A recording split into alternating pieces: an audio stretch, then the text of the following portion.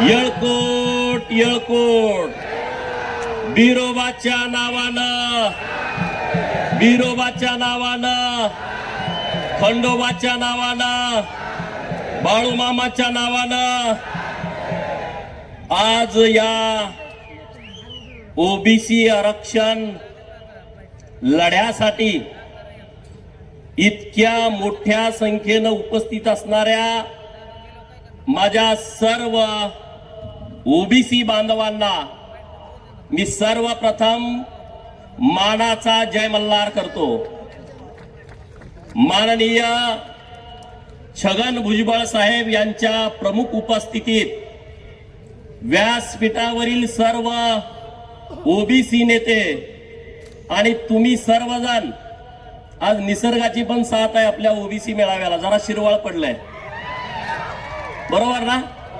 इतक्या मोठ्या लाखोच्या संख्येनं उपस्थित असणारा, गावगाड्यामध्ये राहणारा माझा ओबीसी समाज, मित्रांनो आज आपण इतक्या मोठ्या संख्येनं आपल्या आरक्षणाच्या लढ्यासाठी जमलोय।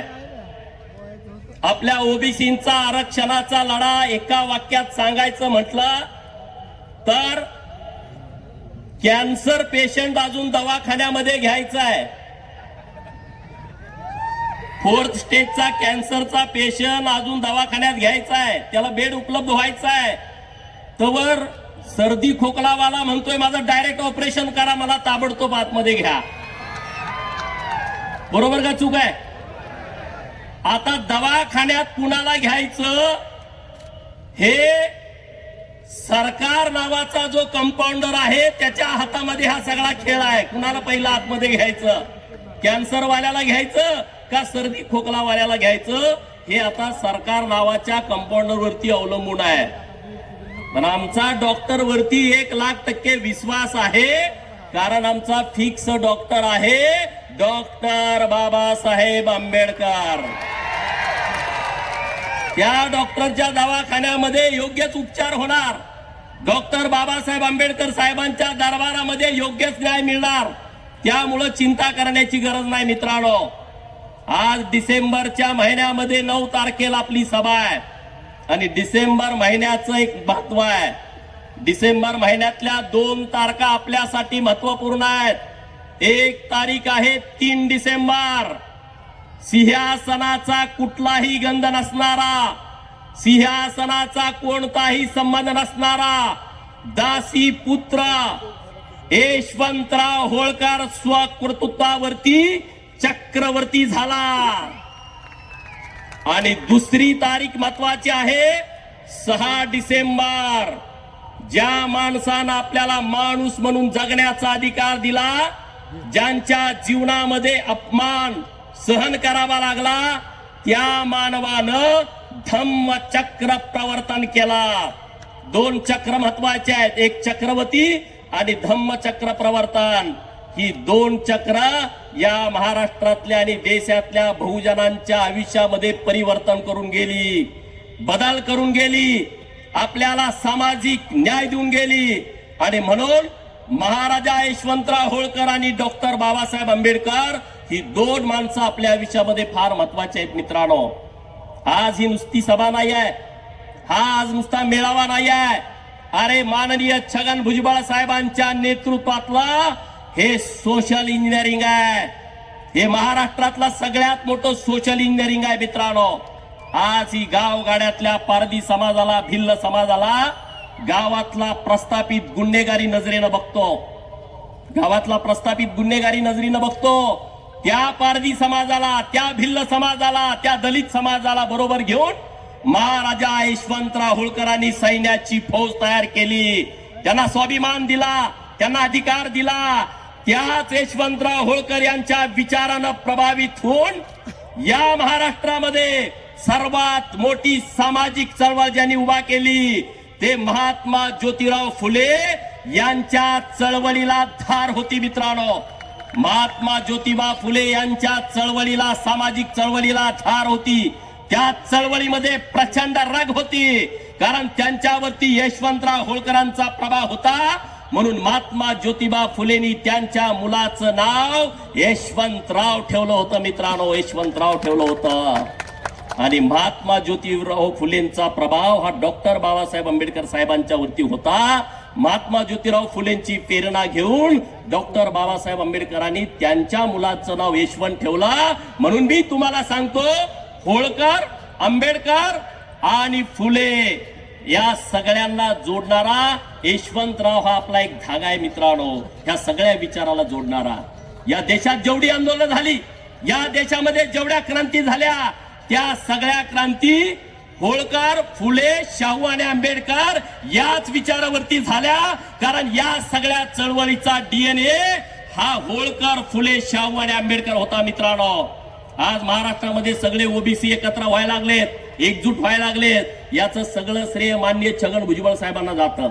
या वाघानं डरकाळी फोडली, या सिंहानं सिंहगर्जना केली आणि गावगाड्यातला पालामध्ये राहणारा पोरगा सुद्धा आता तरतरीत झाला. त्याला सुद्धा कळालं की आमचे हक्क, आमचे अधिकार आम्ही आता जतन करून ठेवले पाहिजे. म्हणून सगळ्यांनी जोरदार टाळ्या वाजवून छगन भुजबळ साहेबांचं अभिनंदन केलं पाहिजे मित्रांनो. जोरदार टाळ्या वाजवा. ही धमाक, ही शक्ती, ही ताकद ही भुजबळ साहेबांच्या मध्ये. व्यासपीठावरती सगळे ओबीसी नेते आहेत, पण मी भुजबळ साहेबांचं कौतुक करतोय म्हणल्यावरती काय काय जणांना जरा वेगळंच वाटतंय. अरे जो ओबीसीच्या हिताचं, जो भटक्या विमुक्तांच्या हिताचं संरक्षण करतोय, त्या नेतृत्वाच्या पाठीमागं उभं राहिलं पाहिजे. ही आपली सगळ्यांची भूमिका असली पाहिजे. आणि म्हणून भुजबळ साहेब तुमच्या पाठीमागं मोठ्या संख्येनं लोक आहेत. अजून तुम्ही सगळ्या गावापर्यंत गेला नाही, सगळ्या लोकांच्या मध्ये काय चाललंय हे तुमच्यापर्यंत आलं नाही. गावगाड्यातल्या लोकांच्या मध्ये एक मोठी ऊर्जा आली आहे, एक मोठी ताकद आली आहे मित्रांनो. आमच्या आरक्षणावरती अतिक्रमण, गावामध्ये बंदी, सामाजिक भांडणं, दलितांच्या वरती बहिष्कार, सामाजिक बहिष्कार हे संविधानाला धरून नाही आहे, हे संविधानाच्या विरोधामध्ये आहे. आणि म्हणून नुसती आपली चळवळ की आरक्षण वाचवायची चळवळ नाही मित्रांनो, तर संविधानाचं संरक्षण करण्याची सुद्धा आता जबाबदारी आपल्यावरती आल्या मित्रांनो. आणि म्हणून या इंदापुरातून पुणे जिल्ह्यामध्ये प्रस्थापितांचा बालेकिल्ला आहे. या प्रस्थापितांच्या जिल्ह्यातून या महाराष्ट्रातल्या भीमसैनिकांना, या महाराष्ट्रातल्या ओबीसींना मी एकच आवाहन करतो, अरे सरफरोशी की तमन्ना अब हमारे दिल में है, देखना है जोर कितना बाजू ये कातिल है. हे गाणं आता आमच्या ओबीसी चळवळीचा प्रमुख राहील. या सगळ्या लोकांनी पुढे आलं पाहिजे, सगळ्या लोकांनी ताकदीनं बोललं पाहिजे. भुजबळ साहेब, पुण्यश्लोक अहिल्यानगर जिल्ह्यामध्ये मी एकदा आंदोलन केला आणि त्याच दिवशी आमच्या एका मेंढपाळांच्या वरती जीवघेणा हल्ला झाला. मेंढपाळावरती रोजच हल्ले होत आहेत, तरी सुद्धा समाज ताकदीनं आमच्या बरोबर उभा राहतोय. मी सरकारकडे विनंती केली आहे, मेंढपाळाच्या संरक्षणासाठी सरकारने कायदा करावा आणि त्या विषयामध्ये छगन भुजबळ साहेब तुमची आम्हाला पाठिंब्याची गरज आहे. तुमचा आम्हाला पाठबळ त्या विषयामध्ये हवा आहे मित्रांनो. पाहिजे की नाही भुजबळ साहेबांचं पाठबळ? अरे मग जोरात आवाज द्या ना. अरे मराठा समाजाला आमचा विरोध नाहीये. भुजबळ साहेबांनी अनेक वेळा सभेत सांगितलं, सभागृहामध्ये सांगितलं की या महाराष्ट्रातल्या गरीब मराठा समाजाच्या आरक्षणाला कालही आमचा विरोध नव्हता, आजही आमचा विरोध नाही आणि उद्याही आमचा विरोध नसणार आहे. त्यांना त्यांचं सेपरेट आरक्षण देण्याला आमचा कुठलाच विरोध नाही. आणि मग ओबीसी तुमचा शत्रू कसा झाला? ओबीसी वरती तुम्ही कशासाठी आग पकड करताय? अरे जमिनी तुमच्या घेतल्या कुणी? त्या जमिनीमध्ये कारखाने उभा कुणी केले? त्यामध्ये सूतगिरण्या, त्यामध्ये बँका कुणी उभा केल्या? त्यामध्ये कॉलेज उभा कुणी केली? या महाराष्ट्रातल्या मराठा समाजाला नागवलं कुणी? त्या संस्थांमध्ये 50-50 लाख रुपये घेऊन गरीब मराठा समाजाच्या पोरांना तुम्ही भरती केलं. ते पैसे कुणी घेतलं? ओबीसीनी घेतलं. ते पैसे कुणी घेतलं? अरे तुमचा नेमका शत्रू कोण आहे तुम्ही ओळखा ना. अरे तुमचा सूर्याजी पिसाळ तुमचा कोण आहे ओळखा आणि मग त्याच्या मागे लागा. ओबीसीच्या नावानं तुम्ही काही करू नका. कोण आहे सूर्याजी पिसाळ? कोण आहे? अरे धनगराच्या आरक्षणाला कुणाचा विरोध आहे? ओबीसीच्या आरक्षणाला. अरे पहिल्यांदा तुम्ही म्हणला मराठवाड्यातल्या लोकांना दाखले चेक करा, झालं मराठवाड्यातलं चेक केलं. परत तुम्ही म्हणताय सगळ्या महाराष्ट्रातले दाखले चेक करा आणि परत तुम्ही म्हणताय सर सकट सगळ्यांना कुणबीचे दाखले द्या. ही कुणाची भूमिका आहे? हे कोण डोक्यात घालताय? कोण डोक्यात घालताय? अरे म्हणून हे सगळे विषय तुम्ही समजावून घ्या, नीटपणे सगळे विषय समजावून घ्या. ओबीसीच्या हितासाठी आपण सगळ्यांनी एकत्रित यायचं आहे. ओबीसीच्या हिताच्या आडवा येईल त्याला आडवी करायची तयारी आपली सगळ्यांची असली पाहिजे. मित्रांनो, तुम्ही इथून पुढच्या काळामध्ये चिंता करू नका. आज महत्वाचे काही विषय आहेत ते विषय मी तुमच्या समोर मांडतो. ओबीसीच्या 22-23 योजना रखडल्या होत्या. भुजबळ साहेबांनी जेव्हा अंबडमध्ये सभा घेतली त्या सभेचा इतका इफेक्ट झाला. मित्रांनो, मुख्यमंत्री महोदयांशी बोललो, त्याने एक अधिकारी त्या विषयावरती नेमलाय.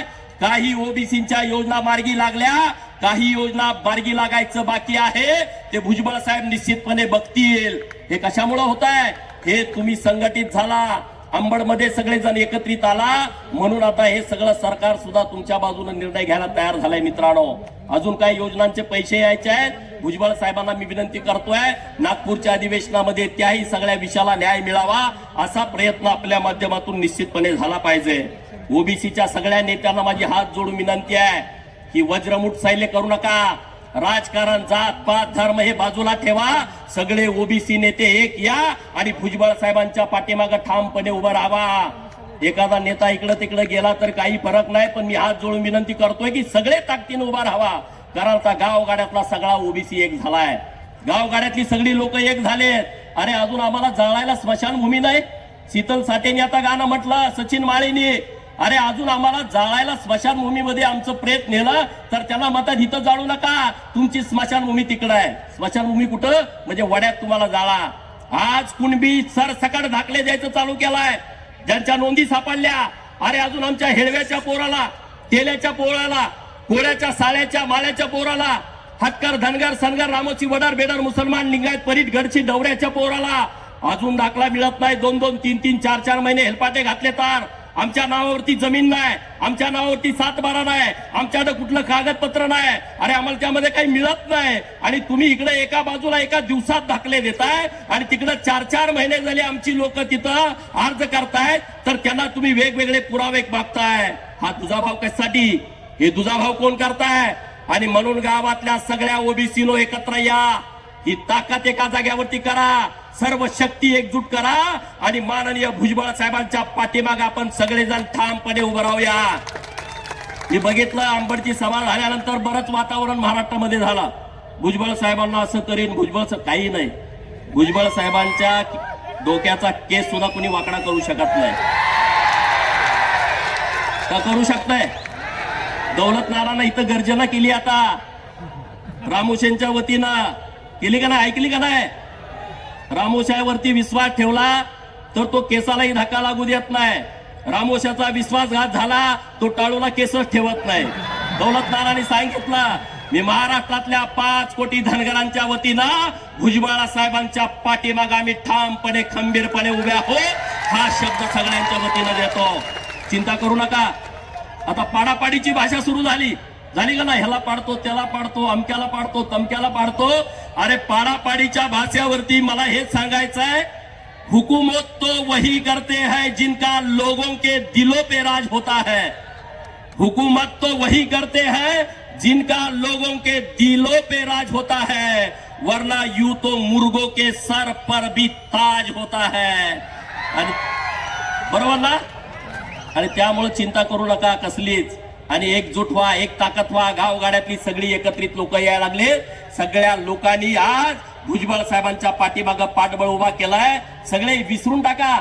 गट तट गावातले, आता नाभिक समाजाच्या नेत्यांनी सांगितलं, अग्री कोळी समाजाच्या नेत्यांनी सांगितलं, हे गावातले छोटे छोटे समाज आपण काय क्रांती करू शकतो बघा.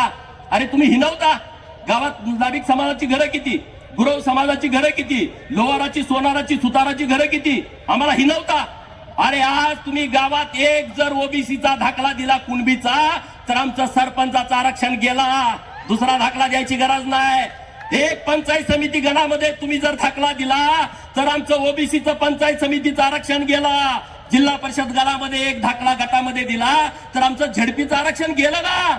अरे ह्या राज्यकर्त्यांना हेच करायचं आहे की ह्या प्रस्थापितांच्या घरामध्ये पिलावडी खूप झाल्या, आमदार खासदारकीच्या मंत्र्याच्या जागा त्यांच्या पॅक झाल्या, मग त्यांना ओबीसीच्या झडपी जागेवरती मेंबर व्हायचा आहे, नगरसेवक व्हायचा आहे, पंचायत समितीचा सदस्य व्हायचा आहे, ग्रामपंचायतचा सदस्य आणि गावचा सरपंच व्हायचा आहे, जिल्हा परिषदचा अध्यक्ष व्हायचा आहे, नगरपालिकेचा नगराध्यक्ष आणि महानगरपालिकेचा महापौर व्हायचा आहे. अरे तुम्ही 4-4 जरी सर्टिफिकेट दिली तर आमचं राजकीय आरक्षण गेलं, राहत नाही ते मित्रांनो. म्हणून तुम्ही जागा व्हा, एकत्रित व्हा, एकजूट करा. राजकारण हा नंतरचा विषय आहे. अरे आपण वाचलो तर पुढचं सगळं वाचेल. म्हणून महाराष्ट्रातल्या सगळ्या ओबीसीनं एकत्रित यावं, एकजूट व्हावं, एक ताकदीनं व्हावं आणि माननीय छगन भुजबळ साहेबांच्या पाठीमागं ठामपणे उभं राहावं. एवढीच मी विनंती तुम्हाला करतो. 11 तारखेला विधान भवन नागपूरला धनगर समाजाच्या आरक्षणाची अंमलबजावणी व्हावी म्हणून मोर्चा ठेवलाय.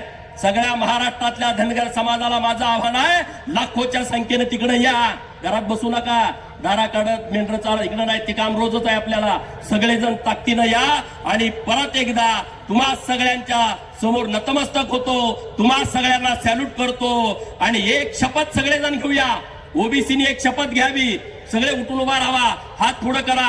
मी माग म्हणतो, तुम्ही माझ्या माग म्हणा. ओय ओय ओय मी अशी शपथ घेतो की आम्ही ओबीसी भटके विमुक्त आदिवासी दलित लोक संविधान साक्षी ठेवून शपथ घेतो की उपेक्षितांच्या न्याय हक्कासाठी शेवटच्या श्वासापर्यंत संघर्ष करू. महाराष्ट्राला समता, समानता, बंधुतेच्या वाटेवर पुढे नेऊ. ओबीसी आरक्षण वाचवण्यासाठी, त्यांचे हक्क व अधिकारांचं संरक्षण करण्यासाठी नेहमी एकत्रित राहू. जय भीम, जय मल्हार, जय ज्योती, जय ओबीसी.